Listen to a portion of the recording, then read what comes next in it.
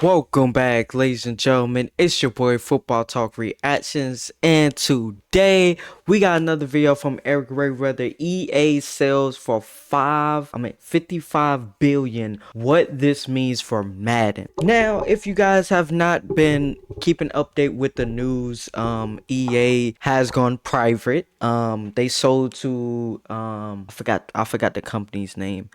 Yeah, so he's gonna talk about this and see what it means for Madden, because we are a mainly focused Madden channel. So I figure I react to this one. Without further ado, let's jump right into this. Let's go. Let's see. Their company for 55 billion.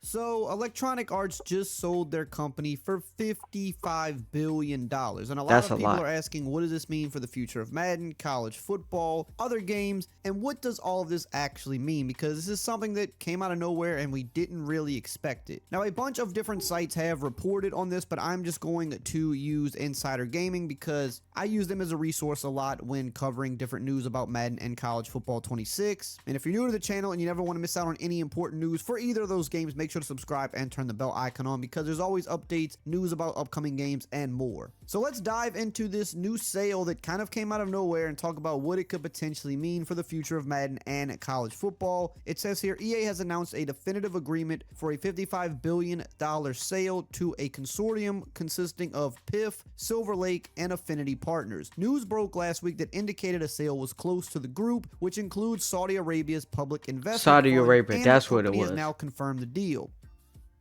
The terms of the agreement state that the consortium will acquire 100% of EA, with stockholders receiving $210 per share in cash, which represents a 25% premium of EA's unaffected share price of $168.32 at market close on September 25th, 2025. This marks a new era for EA. Now, it is interesting that Saudi Arabia is a big part of this because, I mean, if you've been following sports over the last few years, I mean, they're kind of taking over a lot of these different areas. Facts. They're trying to just lead entertainment, and I mean, this is just another example of that. I mean, and a prime example of that is I'm a huge WWE fan, so WWE. I mean, it's for the first time next year, I believe it's gonna be in Saudi Arabia, if I'm not mistaken.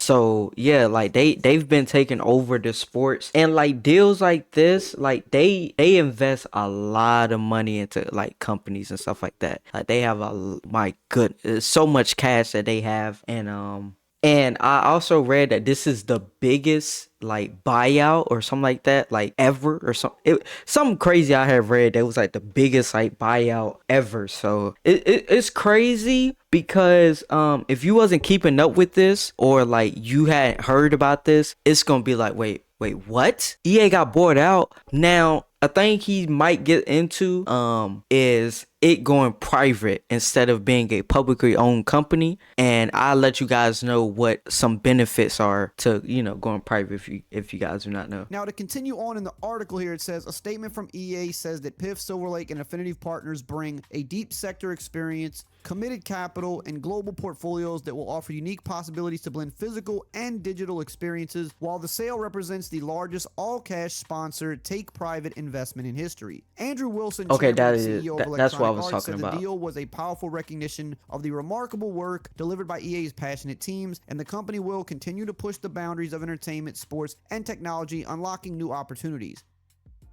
The transaction is expected to be complete in the first quarter of the 2027 fiscal year, and once completed, EA stock will no longer be listed on the public market, so it will be owned by the private company now, which means no shareholders, which could, in theory, be a good thing for the games, which we'll get into in a little bit. Now, as far as we know right now, nothing major is set to change with EA, but once the deal actually goes through, that's where we're going to be open to some things potentially changing for the games, or even just some games getting sold off completely potentially, and we'll cover all that in a minute. But really quickly, here's a word from today's video. Remember, EA makes a lot of today's video sports is sponsored games. by Football Head Coach 26. Football Head Coach is the ultimate football management game with real NFLPA licensed players, and the new season of Football Head Coach 26 is looking amazing. Now, as you can see here, starting out our roster.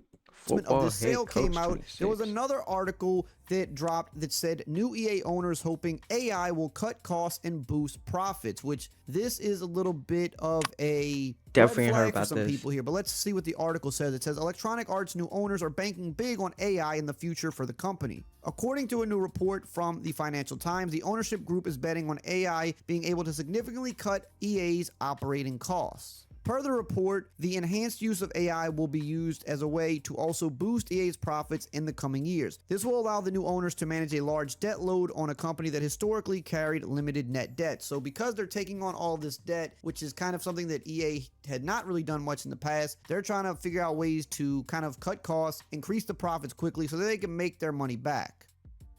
On Monday, it was announced that EA will be sold for $55 billion to the group. That includes Silver Lake, Saudi Arabia's public investment fund, and an investment firm from Affinity Partners, owned by Donald Trump's son-in-law, Jared Kushner. Now, what does this mean for the future of the games? Well, the big thing that a lot of people are asking is the NFL license. Now, it was reported months ago that EA and the NFL had a deal in place. It was not finalized, it wasn't signed yet, and it said they were still ironing some things out, Oh, I but the didn't even deal was think pretty about much that. all but done and agreed upon. As the NFL wants to remain exclusive, they did not want to open the license up. EA was supposedly open to working with an open license because they don't really Yeah. fear that they're in a And position they where have things been would for, change too a much couple for years them, now. and they didn't want to have to pay the amount that the NFL charges for that license. But the NFL wants to remain exclusive, and they want to remain with EA, and they want EA to keep paying them that big sum of money that they had been paying. So the deal was in place. Now that the company's been sold, people are wondering, what does this mean about that? Will the new owners come in and say, hey, we don't want to pay that much for the license? And then in that case, would the NFL open it up, or would they go to another company?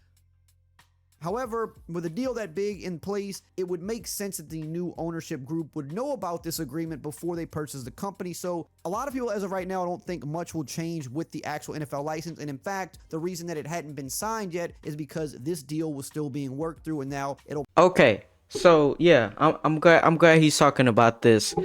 The whole like NFL license thing, oh, if things gonna change with the new owners and stuff like that. A lot of times these deals and stuff and these like talks have been years and years way before we even get the report about it. So I don't think it will change like that. But also that could be a reason why that it wasn't signed is because both parties probably knew, NFL probably knew, oh, EA's probably going to get bought out and turned to a private company. So, we're going to negotiate this deal with them, and we know it's going to take a little bit. It's going to take a lot longer than it used to be, but we know EA is going to sign that deal. You know what I mean? And even if the new owners come in and say, you know what, we're not doing that. It costs way too much. Tell NFL no. We're gonna tell the NFL no. The NFL could be like, okay, bet. We could go to another company, or we could just say, you know what, take everything off them shelves that involves Madden. All them digital sales, physical sales, all that, just wipe it off. And EA is gonna be like, wait, what? Yeah, just take everything off. Since you want to play like that, we're gonna play back. Okay.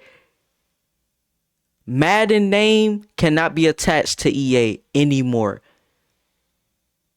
All them sale numbers that you got, instead of it being cut in half, where we get half, you get some. We're taking 100% profit of it because it's NFL. It's our name that's on it. It's our players that are in it, and we're just gonna take it, and we're gonna leave you with nothing. So I highly doubt that the new owners will step in and say, you know, we're not doing this deal.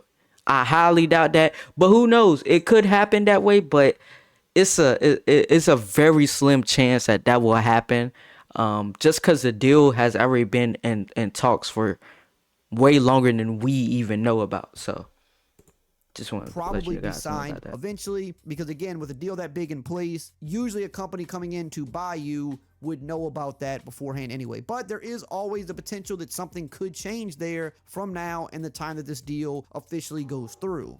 The other thing people are wondering is, without shareholders now, will that allow the games to maybe do some things differently because they don't have to answer to shareholders? I don't really personally think this is going to make a big difference because Yeah, I we're don't think already so seeing that either. they want to include AI to cut costs. And the thing with shareholders is that they just want as much money as possible. And even though Facts. there's not going to And be quickly shareholders now, as this ownership possible. group, that's still what they care about too. They want to get out of this debt. They want to start printing money with this new company that they have just bought. So I don't really think it's going to be a major difference from having shareholders. They're still in it for the money. However, without having to answer to shareholders, there is always the possibility that maybe some things can be loosened up in other areas, and maybe they will maybe potentially have some more money to work with down the line. But right now, they're looking to use AI to cut costs, so that's not the greatest sign. They're probably going to sell off some of the studios I inside EA mean, that they don't really have any interest in. that's another thing I wanted to talk about.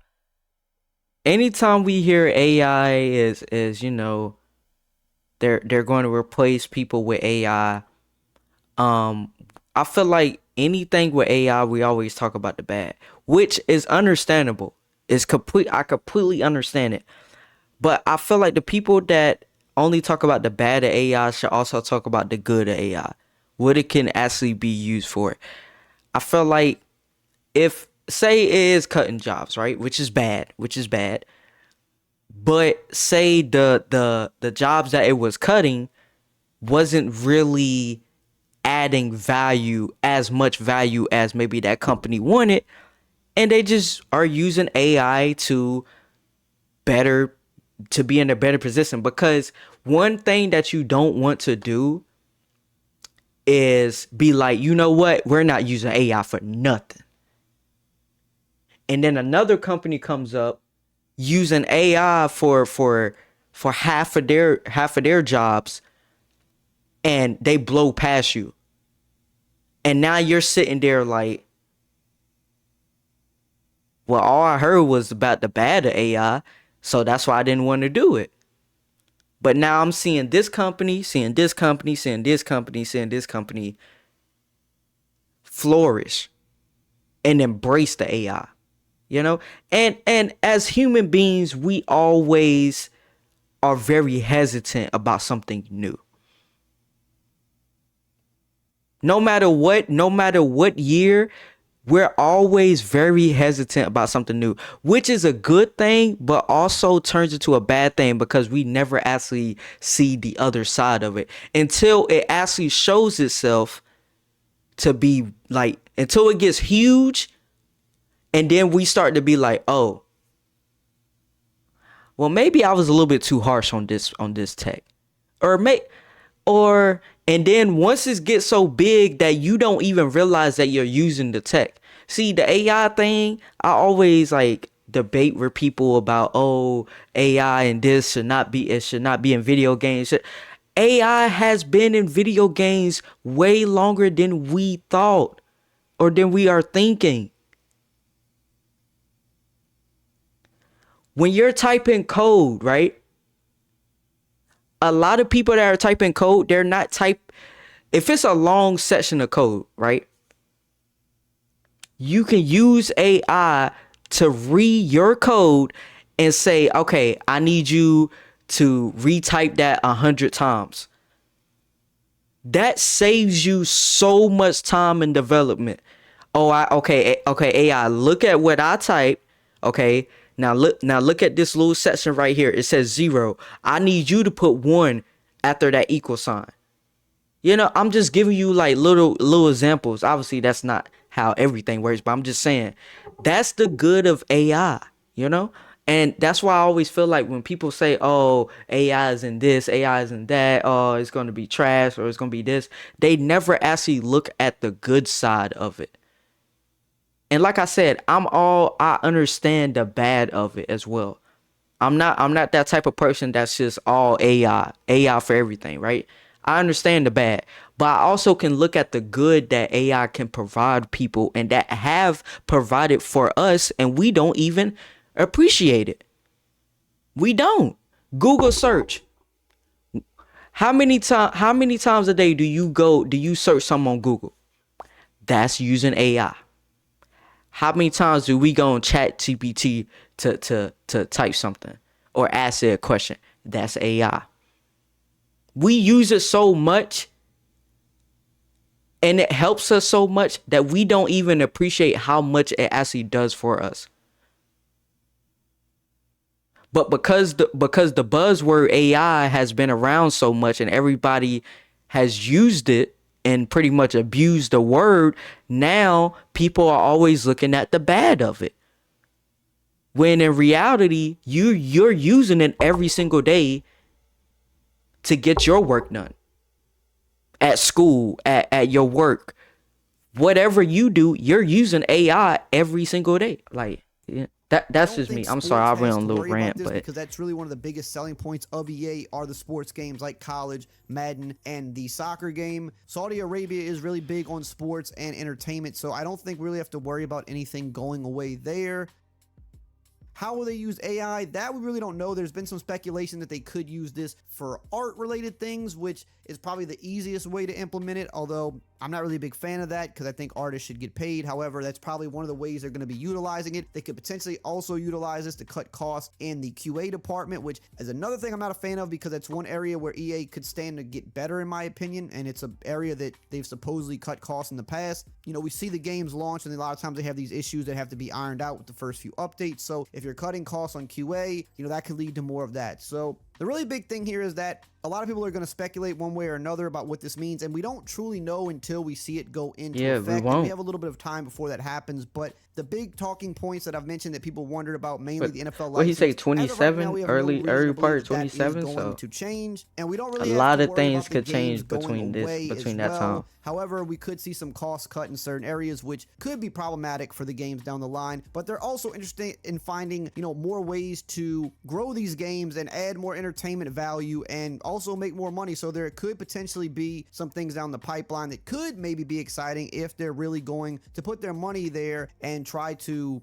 do some new things in this space, but that's something we'll have to wait and see. But for right now, that's really all the news we have, but I did want to speak on it because a lot of people were asking questions about what this potentially meant for us going forward. Now, there are some really important settings in Madden 26 that you really need to know about. Alrighty then. I know I went on like two little rants. Sorry about that. Apologize for that one. But hopefully you guys enjoyed this reaction. Love you guys. I'll see you guys in the next one.